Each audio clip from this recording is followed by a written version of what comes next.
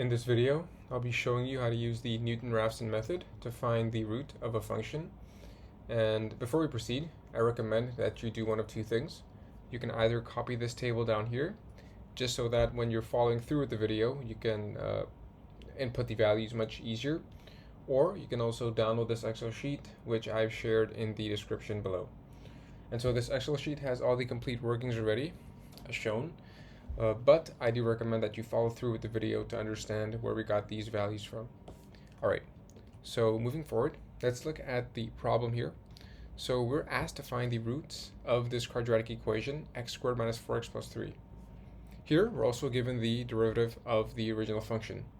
And this highlights one of the crucial steps in the Newton-Raphson method, which is to find the derivative of the original function. So it does require a bit of background information on calculus, but again, you can just use an online calculator to find the derivative if you forgot already. But anyhow, just to give a quick recap, finding the derivative of the original function is fairly straightforward. Take, for example, here x squared. So what we do is we multiply the exponent to the base, which makes it 2x, and the exponent here 2 gets subtracted by 1, making it x raised to 1, hence why we got 2x. And we repeat the process, and we eventually get that the derivative is 2x minus 4. So once we've done that, we're also given the formula here, which is the Newton-Raphson formula we're going to use to iterate. And since we have all the components ready, we can move on to the iteration table here. Now the first column we have to fill in is XR. XR is our first initial guess, and it's just the starting point of where we want to iterate. So in this case, let's choose 2.5.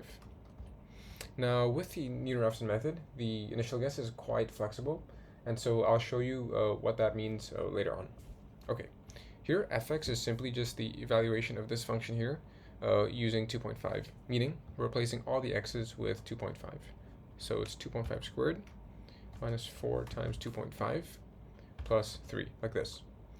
And here we're trying to evaluate the derivative using the xr value. So it's simply just, 2 times 2.5 minus 4, which is this here, but replacing the x here with 2.5. Okay, now let's leave the percent error alone for now and move on to the second row of iterations. Now here, this is where we implement the Newton-Raphson formula. So this formula here is simply just xr from the first row minus the evaluation of the original function divided by the evaluation of the derivative, like this, and we press enter. Okay, from here it gets fairly simple. We can just copy this down here. So just highlight this in Control D, and we can calculate the percent error, which is simply just the absolute of the new root minus the old root divided by the old root, like this. Press enter. Okay, let's make this a percent, right? And from here we just have to simply highlight everything and drag it down like this. Okay, and there we've gotten the root of the function, which is 3. And so the Newton-Raphson method iterates fairly quickly, converges fairly quickly, and so we got the root of the function in roughly 4 iterations, and we found the root to be 3. And so how you know, or when you can tell that you've hit the root, is when the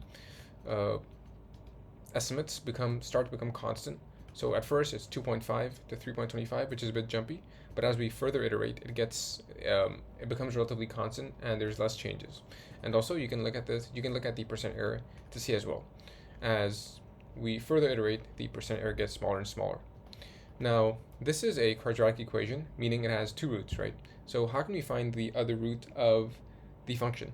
Well, we can simply just change our initial guess. Let's change it to 0.5, for example. And there, we find that the second root of this function is 1. So there's 2 roots, and the first is 3, and the second is 1. And before this, I also mentioned that the initial guesses, or when we choose our initial guess, the Newton-Raphson method is quite flexible. And let's say, for example, we wanted to choose 1,000. It would still iterate to 3, like this. But it would take a bit longer. So that is it for the Newton-Raphson method. I think it's a fairly straightforward method and an easy method to use.